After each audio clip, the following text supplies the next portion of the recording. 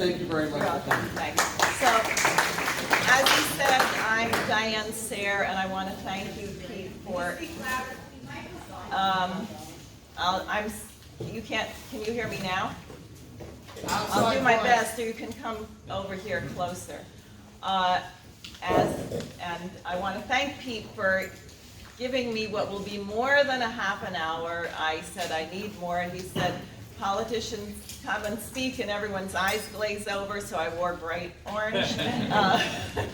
No, but I think what I have to say will hopefully keep you awake, and I have a couple presentations. I have a 14-minute video clip from Colonel Richard Black, retired, who is, can speak for himself. I have 5 minutes from Lyndon LaRouche. I am calling myself a LaRouche independent. And for many of you, you may be familiar with Lyndon LaRouche. He passed away in 2019. He ran for president 8 times. In 1980, he met Ronald Reagan at a debate sponsored by the NRA. And he got a chance to bend Reagan's ear on something he'd been working on, laser defense against nuclear missiles. Reagan loved the idea that you could end mutual and assured destruction. Like, unfortunately, too few presidents, Reagan understood that there are no winners in a nuclear war. And Lyndon LaRouche ended up as Ronald Reagan's back channel to the Soviet Union. After Reagan adopted the SDI, which various of the, what Trump called the military-industrial complex, the Kissinger, James Baker III, others, were very, very unhappy about this. And by 1986, when it was clear that LaRouche could be a major contender, he was running as a Democrat. These days, never be a Democrat, but he called himself a conservative Democrat. It was clear he would be a major contender in that election. When Reagan was leaving the country to meet with Gorbachev, they sent, Bush and Bill Weld sent 400 U.S. Marshals, FBI agents, armored vehicle carriers, helicopters to surround LaRouche's home, and we found out later from Freedom of Information to assassinate him. He was able to get word to Reagan, who ordered this thing called off, like Iran-Contra. He was not informed about it. And then in 1987, Lyndon LaRouche was indicted in Boston by none other than Robert Mueller, the very one, okay, the very same one, and for the same reasons. But we'll get to that. But I want you to know that I consider my association with LaRouche the most important thing about me, because he has the longest standing record of accurate economic forecasting of anyone on the planet. And he was a brilliant American patriot. So the first thing I wanted to say to you is, my point is not to ask you to vote for me in 2022, although you should. I hope we still have elections by then. I think we are in a very serious crisis. And there are two aspects of this crisis right now. Number one, we are facing a blowout of the transatlantic financial system, bigger than anything, this gigantic stock market. You could compare it to a 500-pound tick on a chihuahua. We have just been printing money, bailing this thing out. The other threat is that of thermonuclear war, and the fact that we have a president who, I guess you could say, is a victim of elder abuse. He clearly is suffering from dementia. You have a cabal of, we know some of the people. We know what's left over from Obama, who was probably the most dangerous president we ever had, and now Biden may surpass him. So we are facing very real war threats with Russia and China, nuclear war. Putin just announced that they have evidence that a guy very close to Biden, Michael Carpenter, was involved in planning an assassination of the president of Belarus. As you may know, after Biden called Putin a killer on national television, Russia withdrew their ambassador. We have Our ambassador to Russia is now back in the US, so that limits the ability to talk. It's extremely dangerous. And I'll get to why that is. But first, I just want to show this triple curve. Can you see that? So in 1996, LaRouche came up with this thing. And when I say it's three curves, but it's one function. At the far left of the graph, where all the colored lines are together, you could say that's maybe 1966, 1967, because it used to be the case in the US that when you had an increase in production, the stock market went up. That is, the value of the stock market actually reflected what you were doing with your real economy. What happened in '71, and LaRouche forecast this, is that Nixon took the dollar off gold. That meant no more fixed exchange rates. That meant that all of the money trading in the international markets was no longer connected to anything real. In fact, now it's probably like 99.9% of all currency trade is just gambling. It's the petrodollar. The petrodollar is part of it, absolutely. It's the whole thing. It's derivatives, it's the drug money laundering, it's, you know, the state of New York has now basically legalized prostitution and drugs, and they're probably going to count it in the GDP. What does that have to do with your physical standard of living? It destroys it. But you place a value on it because it's money. So what he said is what you have there, that financial aggregates in the red is like the stock market, the derivatives. The yellow is the physical economy, because after Nixon did that, and then after the Glass-Steagall Act was repealed, what you have is a situation where literally the more the stock market goes up, the more your real economy goes down. Think about what happened in 2008. And everyone, the Tea Party was formed against the bailout, remember that? Yeah. And everyone said, no, no, no, no. And then Paulson came in, he said, there's gonna be martial law, we have to bail it out. So $700 billion, that was TARP 1. Then $700 billion, that was TARP 2. You think about what we are not building in terms of infrastructure in this country. You think about what the roads look like. You think about what we do in the nursing homes, where people who are caring for people get paid minimum wage. They are not valued. And we found probably over $23 trillion to pump into garbage from people who are like Jeffrey Epstein, because that's what these traders are. Okay, and when you get to a certain point, it's a shock front. So that happened in 2008. Did we change anything? No. We just printed more money. So where we are right now is that this thing has to blow. There is not a bubble ever in history that did not blow. Okay? Now,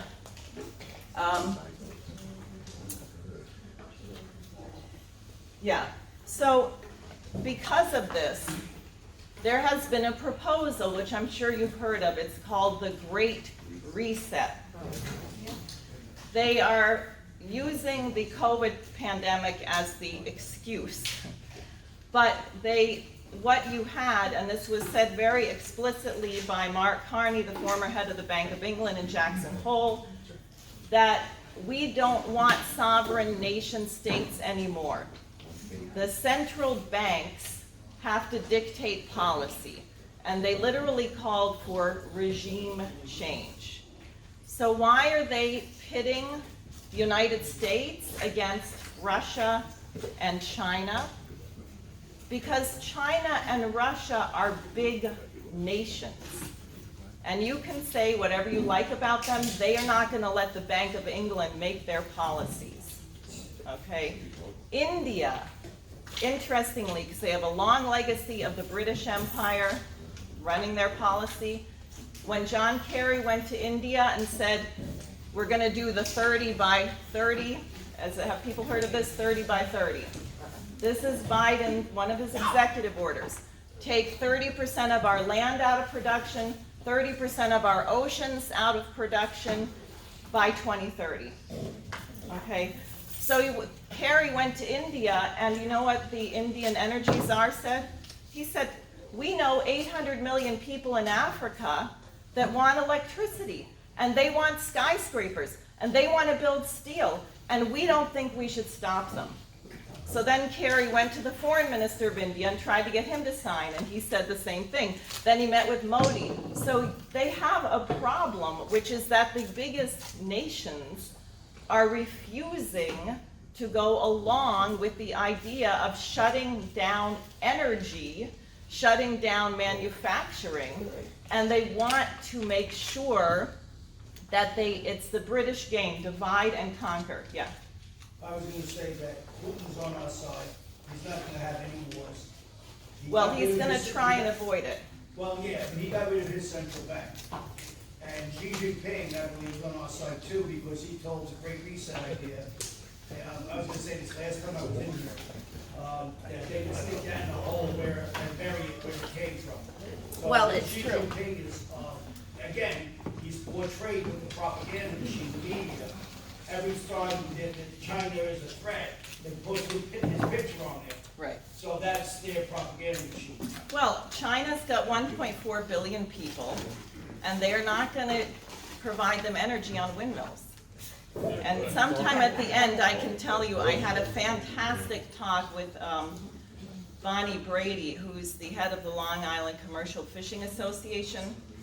People here should really mobilize against this crazy wind project that Biden is pushing. They want to cover the entire ocean between Long Island and New Jersey. Shut the ocean down. And it's going to destroy, Shut the ocean down. yeah, yes. Between that and urbanization of Long Island, expanding the sewer system so they can urbanize and all that, we can just add that to the list. Yeah, I mean, that's I mean, the now they're idea. calling for no neighborhoods with single-family homes and all that, and want to put all these little high-rises Well, up in our communities. see, We know all what that's that- about. It's not just that. Look, they believe the world is overpopulated. They want to get rid of about 7 billion of us. In fact, when Prince Philip died, everyone should have looked for the new virus, because he said he wanted to be reincarnated as a deadly virus. Get rid of the excess population. In fact, when I heard of COVID, I thought, where's Prince Philip? Maybe he died early. Here comes another But, variant.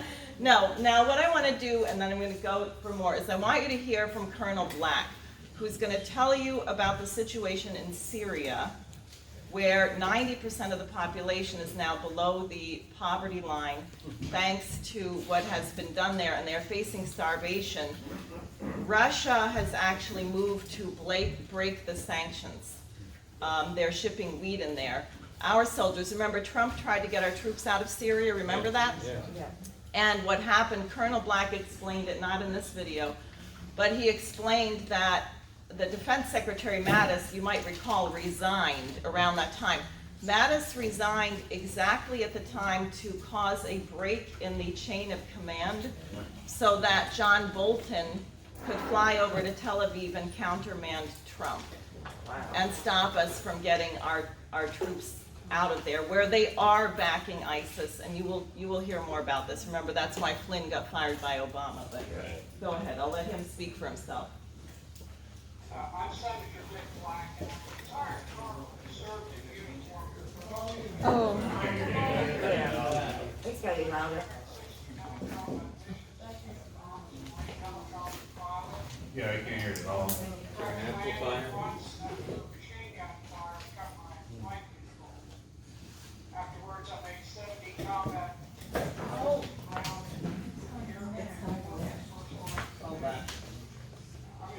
intense, fierce combat during almost the entire time.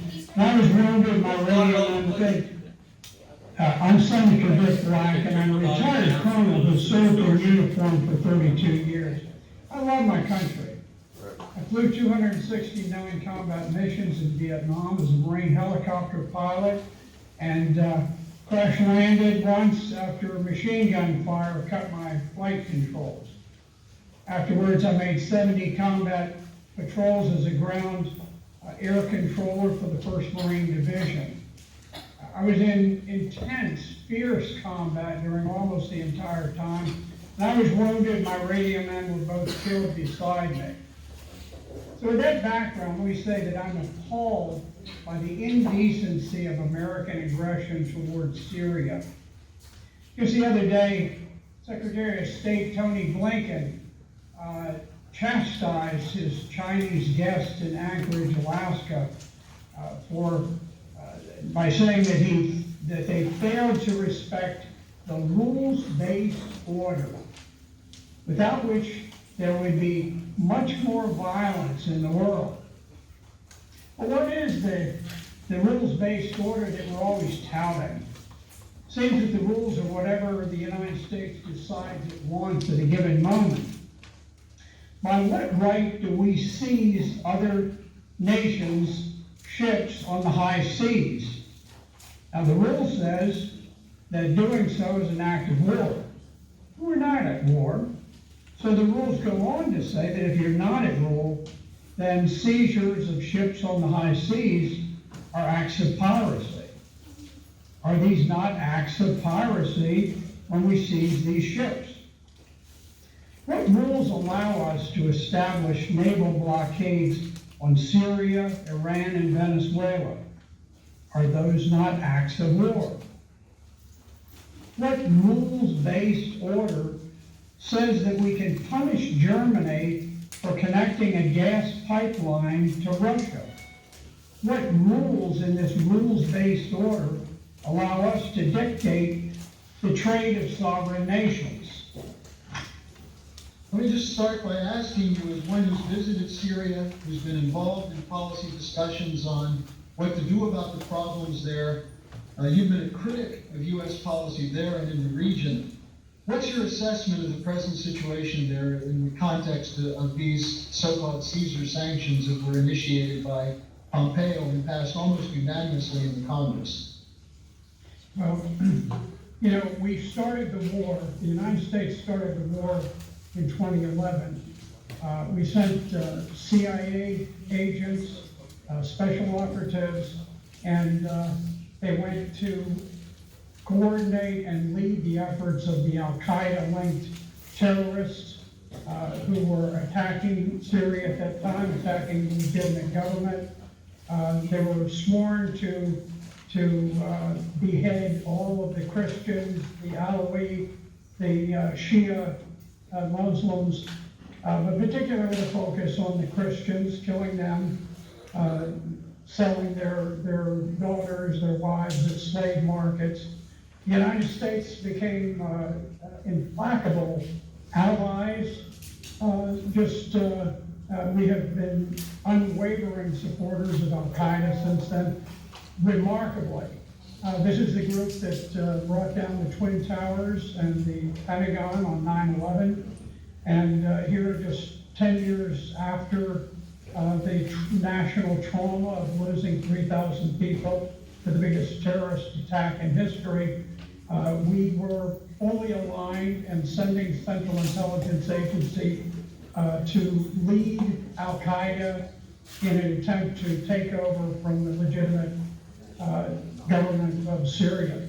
So, yes, I got very involved in it back in 2011, actually before the war began, because I was curious what were we doing in Libya, because we were overthrowing the government of Libya, which had been a close U.S. ally up to that point.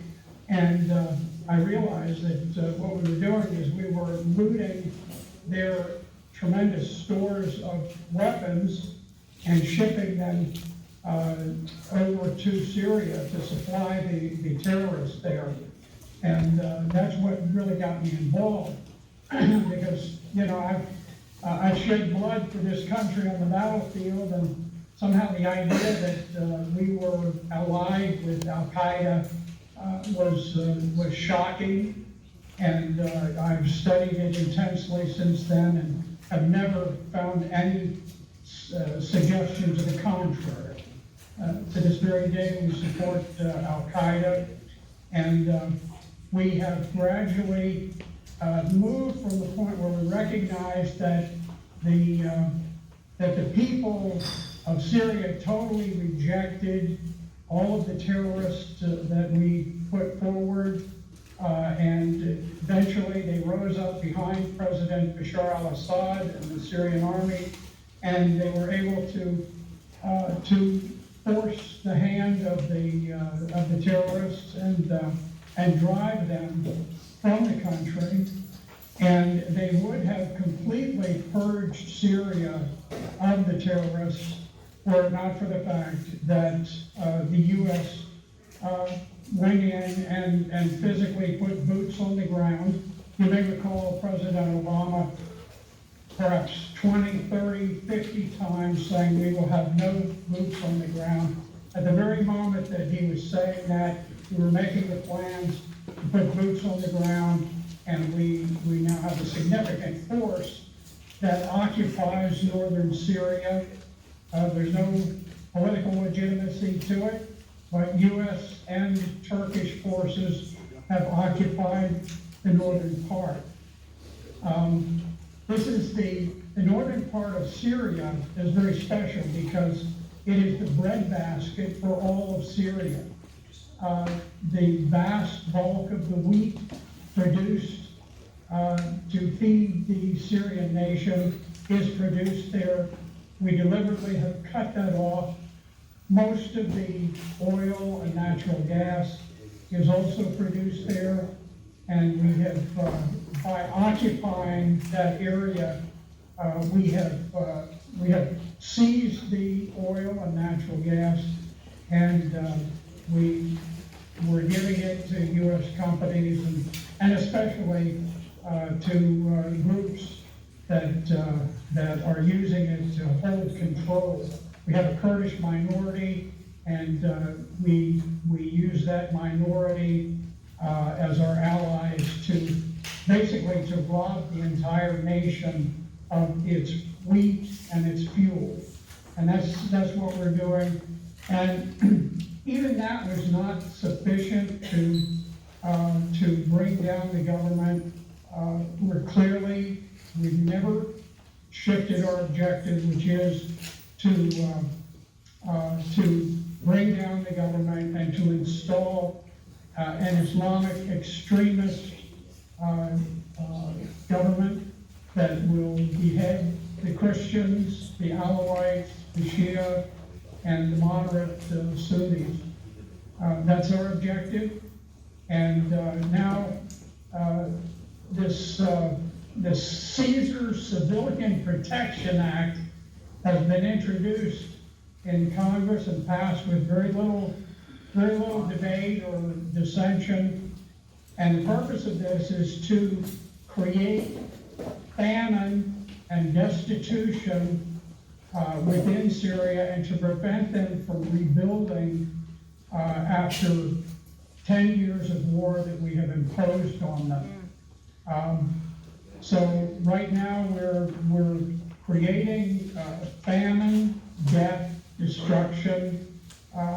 We have blockaded the Syrians from receiving medical supplies. I saw this back as early as 2016 when I visited hospitals there, and over and over they told me about the fact that they could not receive prosthetic devices for people injured by the landmines we planted, and additionally they can't receive cancer medications.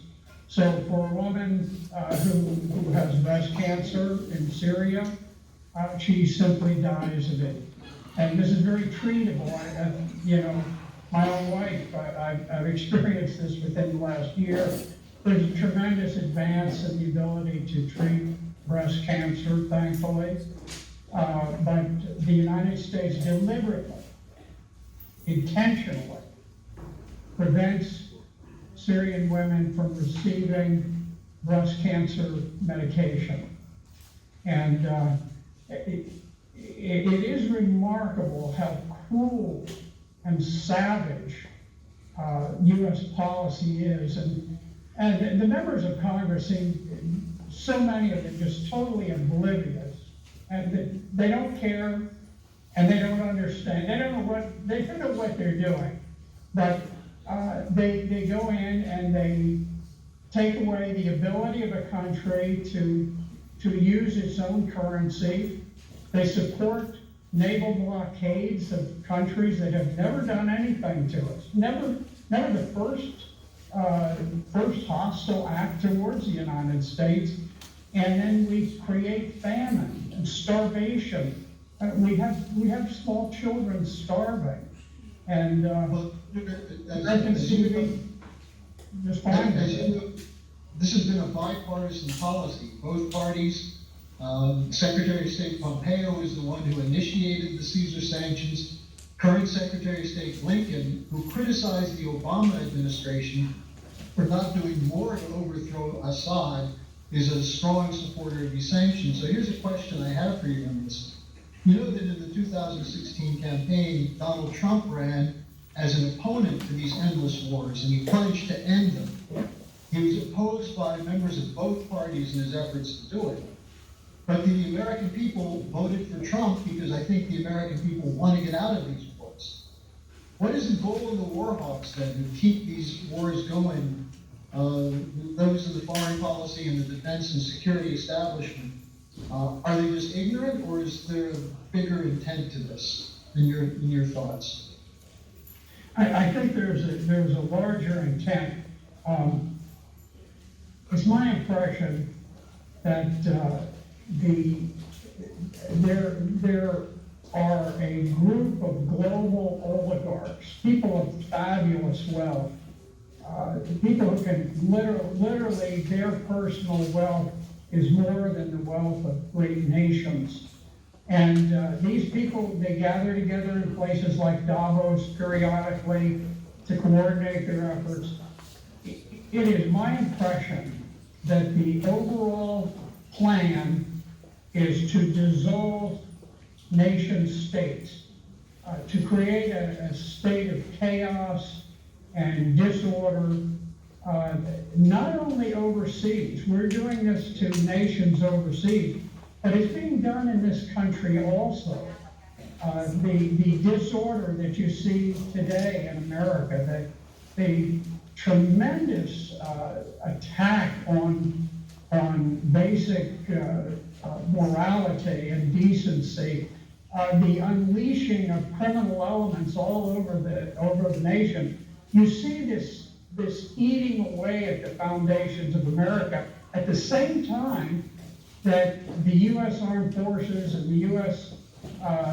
Foreign policy establishment is being employed to destroy and undermine other nations. And I think ultimately the goal down the line is to dissolve nation states and to create a singular government which will essentially be immune to public concerns. As government gets higher and higher, more distant from the people, then the people have less and less influence on what happens to it. And I think that's where we are headed rather rapidly. And you can see with the censorship that's being imposed throughout the media and that type of thing, this is the direction. But keep in mind, there are people who are becoming fabulously wealthy from all of this. And to them, they're looking at their bottom lines. These are very sadistic, selfish people who really take pleasure in creating starvation and war and death. Okay, so pretty grim picture. What I want to go through in the second part of my presentation is actually the goodness of the United States as it was intended and what's under attack, and just say something a little bit about who is behind this effort to get rid of the nation state. We both already talked about Davos, but the British Empire is still very active. People might remember the name Christopher Steele. Remember that? The Steele dossier. Exactly. Christopher Steele is so-called former MI6. That's like former CIA, okay? There is no such thing. And when Obama was president, Christopher Steele wrote over 100 dossiers advising Victoria Nuland and the Obama State Department on what to do in Ukraine. What did we do in Ukraine? What we did in Ukraine is we funded to the tune of $5 billion a bunch of neo-Nazis, literally people with placards of Stefan Bandera, the biggest collaborator of Adolf Hitler in Ukraine, who set the police on fire, beat up members of parliament with baseball bats. Victoria Nuland, our Undersecretary of State for Europe, was there handing out cupcakes and Twinkies to these people. And Obama called it a non-violent, wonderful revolution. Well, for what the Soviet Union encountered in World War II, where 27 million people died at the hands of the Nazis, you can imagine the effect of a bunch of Nazis being brought to power in Ukraine. And what happened with Crimea, and I just want to say this because this is one of the reasons why we're imposing sanctions on Russia and threatening Putin. Crimea was, quote unquote, given to Ukraine by Khrushchev in 1954. Crimea is 90% ethnically Russian. The military base at Sevastopol is there. It was there since the time of Catherine the Great. There was an incident in Odessa which was particularly horrific where these neo-Nazis like the Azov Battalion herded a bunch of ethnic Russians into a building, sealed it up and set it on fire and burned them to death. So Crimea had a referendum. Do you want to go back to Russia? Well, lo and behold, 96% of the people in Crimea voted to return to Russia. Nowhere is that said in the American press. Putin annexed Crimea. Believe me, if they had pictures of people in Crimea who were protesting this, you would see them everywhere. The reason they don't have them is they don't exist. They voted to not be burned alive. Okay, and you have a situation now in the eastern republics, which also split off, Donbass, Donetsk, Luhansk.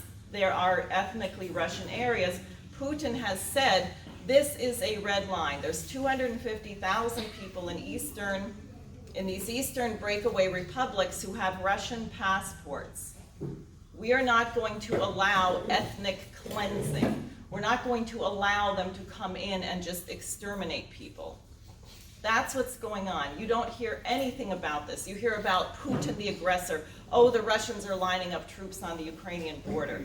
It's an outrage, and it's extremely dangerous because you have people who are so pompous and delusional that they think that Putin is just going to back down because the Russians really hate war and they don't want nuclear war and we can just cross these lines.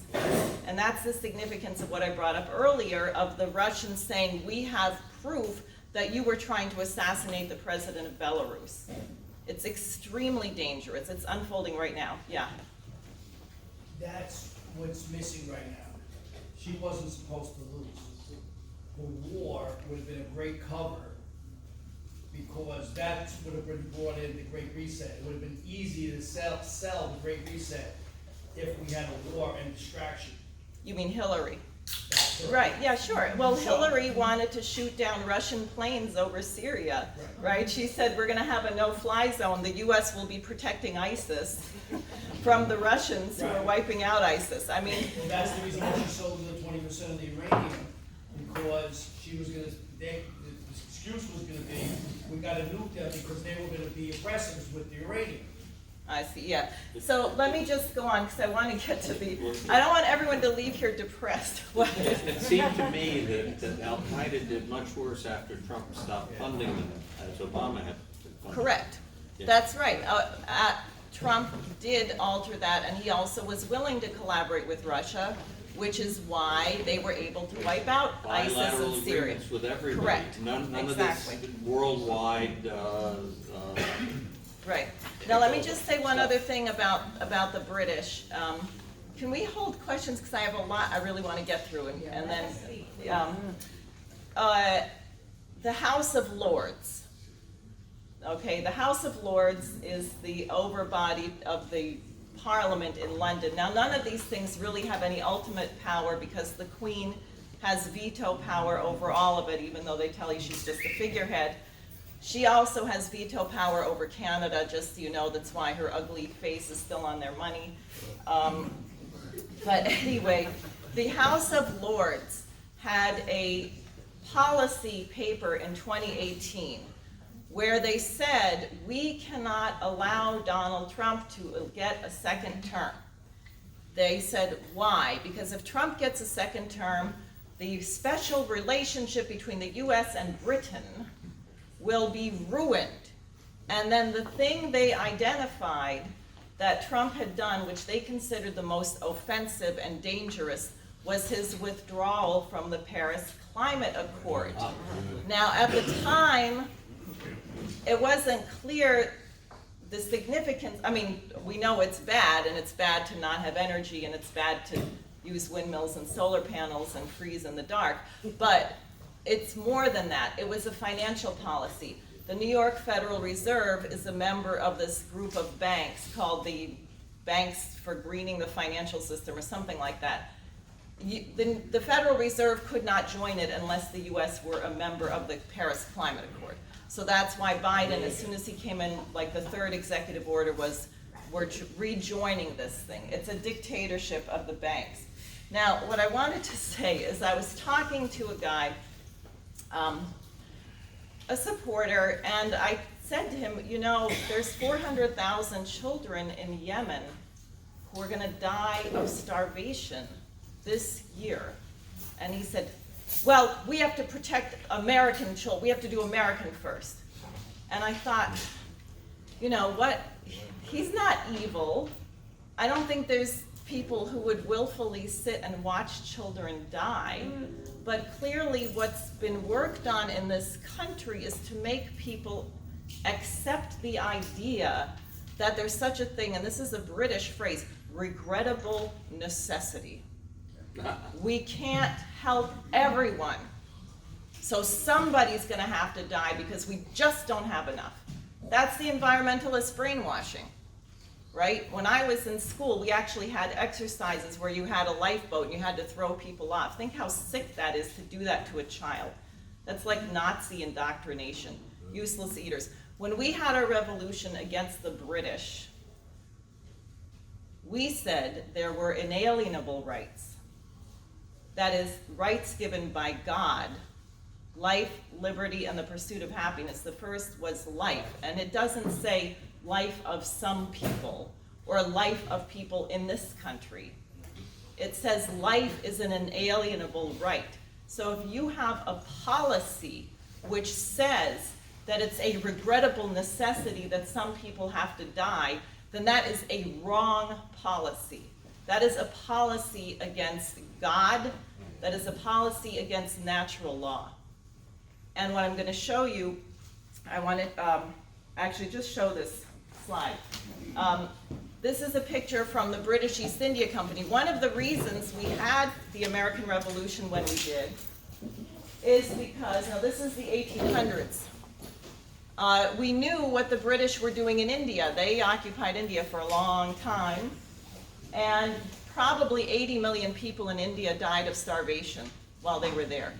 And they would do a thing, they would literally make the people in India build the railroads that would export the rice out of the country. And if they would build the railroad, they would give them a bowl of rice a day. No difference between that and the Nazi concentration camps. You underfeed people and work them to death. That was the British policy. So when we had the American Revolution, we said, no, we're not going to be like the British. And what did the British want here? They wanted to keep the United States based on slavery. Why? Well, how much weight can anybody here lift? Can we lift a lot more weight than people 500 years ago? Probably. You think so? Maybe some, but I would say not that much. In other words, if you were going to have an economy based on slavery, guess what? You're not gonna have machine tools. You're not gonna have manufacturing. You're not gonna go to the moon. You're not gonna have nuclear power. You're gonna be backwards. You're gonna be poor. So they wanted to encourage the slave trade. That's why the British supported the Confederacy. And that's why, by the way, Russia, when the British were gonna actually come in full force behind the Confederacy, which was what Gettysburg was in part dependent on which way Gettysburg went, and Vicksburg, but Gettysburg. The Russians, Tsar Alexander II sent the Russian Navy to the US. He sent them to New York and San Francisco. And he said, if the British join the American war of the insurrection on the side of the Confederacy, Russia will join on the side of Abraham Lincoln. And we will attack you in Europe as well. That was the Russian support of Lincoln. Now, so we have a situation today, and this is what I wanted to look at, because I think this is exciting but terrible, which is the situation on our southern border, which is awful. And frankly, I think people don't like to consider it, or you say, well, let's just build the wall, and then we can forget about the fact that we have thousands and thousands and thousands of unaccompanied children who are being brought here. And then you have another nasty trick to do this Hitler brainwashing thing, which is they cart them to a convention center in San Diego, and then they say, you see that? These children are moving the homeless veterans out of the convention center. Why? Why do they do? To make you say, ooh, these children, they're like vermin, right? I mean, it's to dehumanize, to brainwash you to accept the idea of mass death. And this is not acceptable. Now, I have specific ideas about how we can solve this, part of which would involve finally shutting down the drug trade and prosecuting some of these bankers. But I want to tell you a little bit about the history, because we didn't know this. We can go to the slide. So I'm going to show you. This is the British Empire in the 1800s. I used to have a friend who said, thank God the sun never sets on the British Empire, because you can't trust them in the dark. It's pretty big. And what were they? They were running the slave trade, and then later in the 1800s, the opium trade, and so on. And so they could control everybody and pit people against each other and make sure no one developed. Is the next the... That's the 1700s, right? That's, yeah, 17 and 1800s later. And even now we have the Commonwealth, like Canada, right? Nations which nominally are independent, but actually the Queen has a governor and so on. Look at this, North and South America. Now think about it. What would be the obvious thing after the American Revolution? Would be, especially when we had trouble trading with Europe because of what the British were doing. We were an upstart nation. No one had defeated the British Empire before. So people weren't sure that we were going to make it. They knew the British, the War of 1812, they weren't going to, in fact, no head of state even visited our country until the Centennial Exhibition in 1876. Because people were just, we're going to keep our distance, let's see how this goes. So we were also not that sure we could trade with Europe. So what people said, the obvious idea, is we develop South America, the Central and South America. And this is what the British were deadly afraid of, that the United States would work with nations in the South to create sovereign republics with a high standard of living, who were going to do massive amounts of trade with us to make up for what we weren't sure we were going to get in Europe. And in fact, Lincoln, think about Lincoln, what he was working on before he was assassinated. Because one, he opposed the Mexican War, but two, the whole question of the reconstruction of the South of the United States, which would be part of the way of going there. Remember, Lincoln built the Transcontinental Railroad in the middle of the Civil War. I mean, it's just unbelievable to me. We lost 600,000 lives in that war, and we built the Transcontinental Railroad because he knew he understood the American system of economics, which is you increase man's ability to transform nature, right? And this is what we were going to do with South America. Now, let's see here. Okay, let's just go on. Yeah, so we had the 1876 Expo in Philadelphia, which was a huge deal. And the first head of state visited us, and it was the Emperor of Brazil. So think about that, because they also probably knew that this made sense, that this kind of partnership, that we were going to develop this whole region.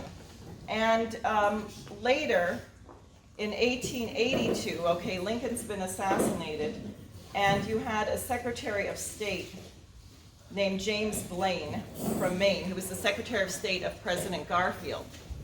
And what Blaine did was he organized a Pan-American conference in Washington, D.C.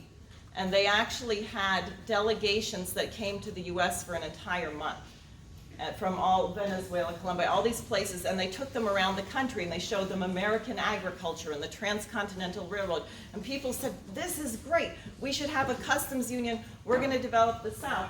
Well, remember what happened to Garfield? Got shot, right? Yep, assassinated. Okay. Then Blaine, who was still there, he kept organizing for this. Blaine actually submitted a plan to the Congress to survey a railway line, a Pan-American railway line, 5,400 and something miles. Blaine died in 1892. His protege was William McKinley. So Blaine's book, 8 volumes of maps, 310 maps and 123 illustrations, all went to President McKinley. What's the next slide? One of the presidents who was assassinated. No, he was assassinated. Where was he assassinated? In Buffalo in 1901 at what? World's Fair. Pan-American Exposition. Yeah, close. Right? Well, in effect, right? So think about it.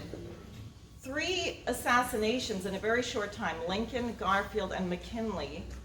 The commonality is their understanding of the fight between the British Empire and the British system and the American system, and our intention to actually do this. You can go next. Yeah. So it's very, very striking, because you look at what's been poured into destroying the nation south of us. And you think about Obama and Eric Holder and this Fast and Furious, right? What were we doing? We were shipping weapons and drugs, yes, right? And so the poor president of Mexico, when they arrested, which was it, Guzman or who? One of these traffic terrorists who was in a city, and the Mexican drug cartels had more advanced weapons than the Mexican army. So we did that because we've lost our identity, which our identity as the United States, based on these universal principles, would be loved by the world. And we would imagine, had this Pan-American development come into being, what this, I mean, forget it. We're like in the Stone Ages now for what we actually could be. Now, how's my time? Got about 15, 20 minutes. Okay. I just want to show you one clip of LaRouche, and then I want to show you my proposal for New York. New York and Pennsylvania, and so, I mean, it's not complete by any means, but something we got to do. So, I want you to hear what LaRouche has to say about this. So in 1861 to 1876, under Lincoln's leadership and his followers, immediate followers, the United States emerged as the most powerful single economy in the world. The most advanced technologically, not necessarily the most advanced scientifically, but the most advanced technologically. Our level of technology was a model, so that by 1876, 1877, the entire world was looking to the United States as the model to be emulated. Russia adopted the model of the Americans. We had Mendeleev, who was at the 1876 Philadelphia celebration of the centennial of the founding of the United States.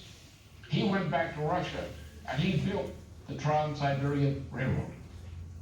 You had developments in Germany. Germany in 1877 changed its policy fundamentally.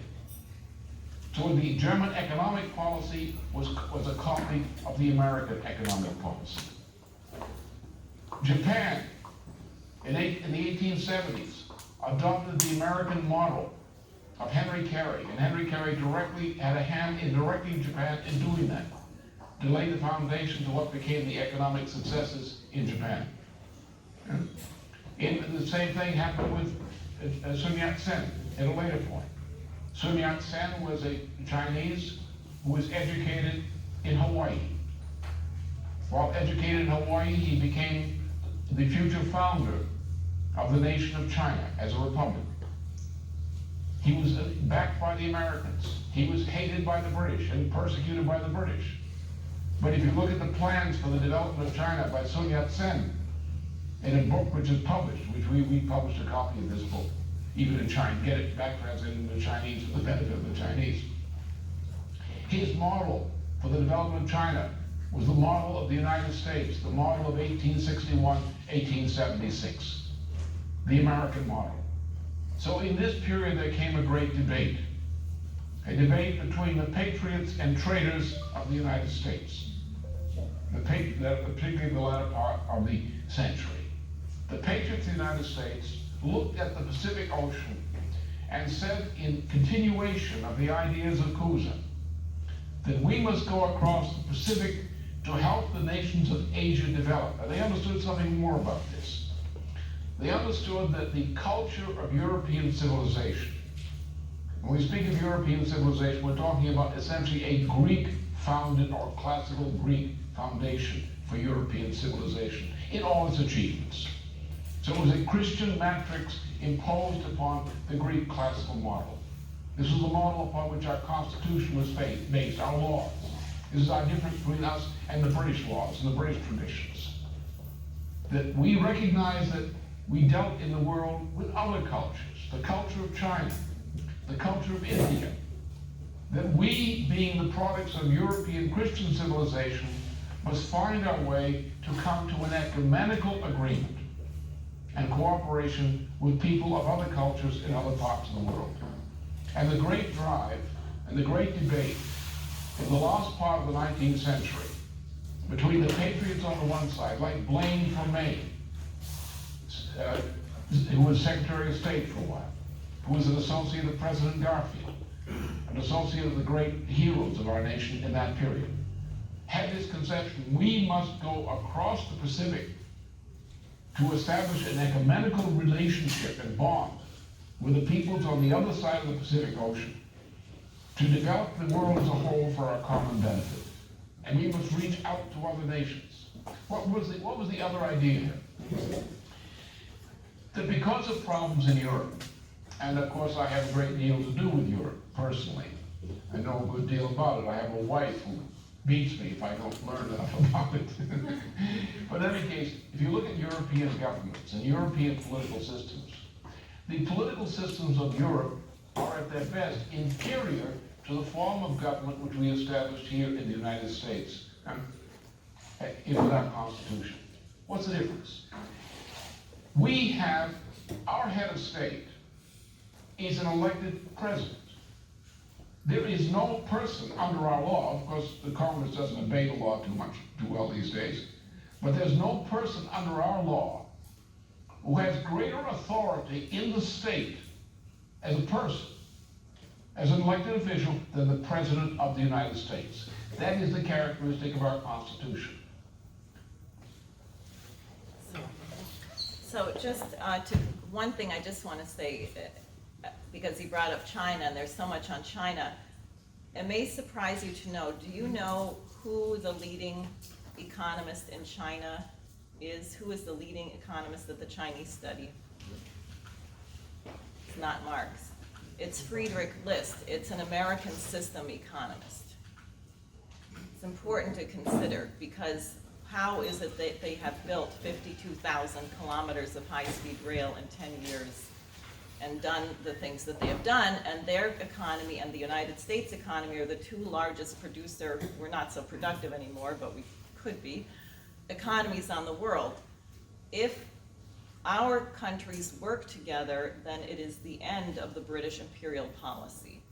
So there is a great deal at stake to drive a wedge. And you think about President Trump's first meeting with Xi Jinping, the work to get that trade agreement, and then everything, and you know, the pandemic obviously was in here somewhere, I don't know, but it's really important to know when you hear all this shrieking about China.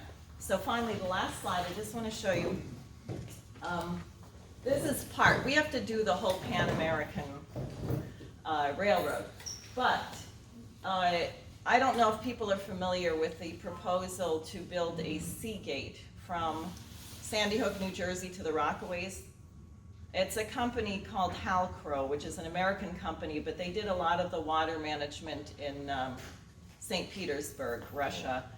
And actually in 2009, before Hurricane Sandy, there was a meeting in New York of the American Society of Civil Engineers, and they discussed building this sea gate, and everyone said, it's too much money, we're not gonna do it, and then you get Sandy. What is a sea gate? Is it a canal? Is it... No, it's barriers like what you see in Holland, where you can put it up when there's gonna be a surge, and otherwise it's open, right, or parts of it are open. So this one is the longest one, it's 5 miles. But I was thinking about that in the rail, because what would you have if you were gonna redevelop the United States? If we were gonna build high-speed rail, have a crash program to get nuclear fusion power, fix all of our infrastructure. Long Island is enormously important. Think about the role played by companies here during the space program. Northrop Grumman, exactly, Brookhaven Labs, etc. Unfortunately, Shoreham, idiotically by the Cuomo family, was shut down. So, but you would want to connect Long Island if rail doesn't go there. And I was thinking about the Seagate because it gives you 2 corridors. One, they're talking about high-speed rail right now from Buffalo to Albany. It should really go from Buffalo to Long Island. In other words, we should connect all of the industrial powerhouses of the region so that you get the maximum increase in your productivity. And then if you have that gate, one part of the plan is a rail under the gate.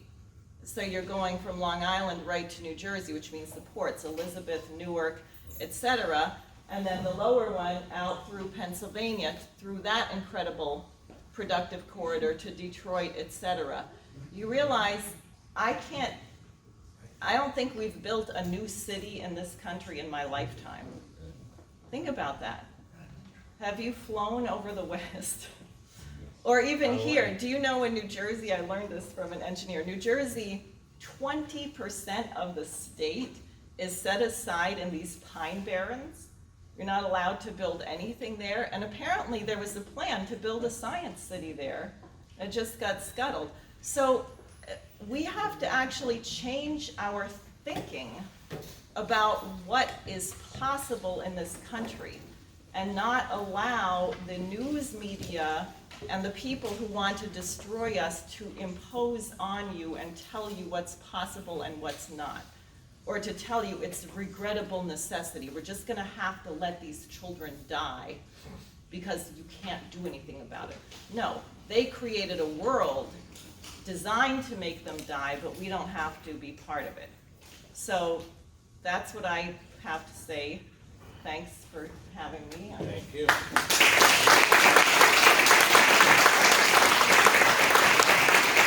You have a couple of question and answer?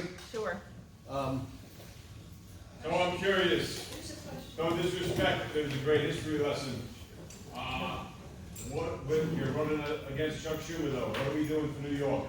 What's your Second Amendment stance? We're gonna build I will tell you, but we got a great history lesson, but we didn't hear much about what you're gonna do for us here on Long Island and in New York as a whole. No disrespect. I understand. I support the Constitution. I do not want to be pigeonholed on single issues because people say this, and then the person, it's really a question of principle. And I hope, from what I've said, you have some idea of the policy.